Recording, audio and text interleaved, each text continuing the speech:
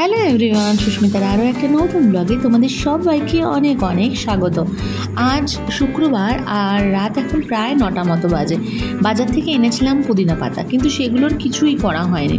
চলো আজ তোমাদের সঙ্গে শেয়ার করি যে এই পুদিনা পাতাগুলোর আমি কী ব্যবস্থা করলাম।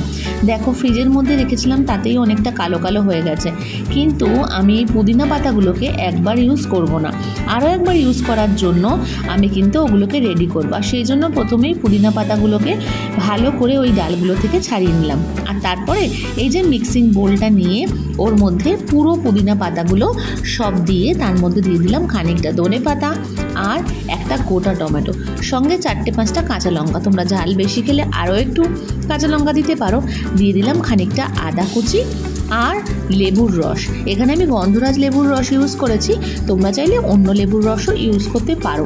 অনেকে এতে রসুনও দেয়, কিন্তু আমি রসুন দিইনি, কারণ অনেক সময় আমাদের ভেজ খাওয়ার থাকে, সেদিনকে আমরা ননভেজ খাবো না, মানে যেটাকে আমরা বলি নিরামিষ আহার করা, সেদিনকে সমস্যা হয়।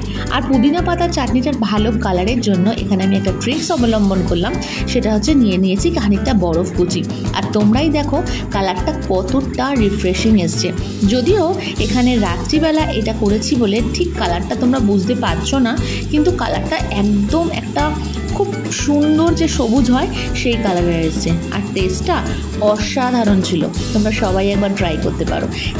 এবার আসি আমার দ্বিতীয় কাজটায়। হ্যাঁ, দ্বিতীয় কাজটা মানে আমার চাটনি তো রেডি, তো এখানে রাতের ডিনারটা সেরে নেওয়া হবে রুটি তরকারির সঙ্গেই পুদিনা পাতার চাটনি। কিন্তু রাতে খাওয়া দাওয়ার পরে আমার একটা প্রচণ্ড ইম্পর্ট্যান্ট কাজ, সেটা হচ্ছে সেই পুদিনা পাতার যে বাকি অংশগুলো সেগুলো দিয়ে আমি কি করি। তো চলো দেখে নাও।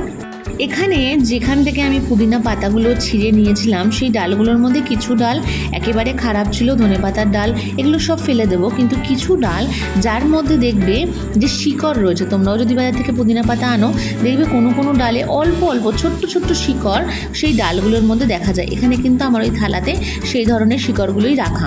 আর এবারে আমি নিয়েছি 2টো টিফিন বক্স, মানে যে টিফিন বক্সগুলোর মধ্যে আমাদের আর কি কোনো খাবারের দোকান থেকে খাবারগুলোকে দেওয়া হয়। তো এরকম সবার বাড়িতেই প্রচুর টিফিন বক্স থাকে, তো আমিও এখানে 2টো টিফিন বক্স নিয়েছি।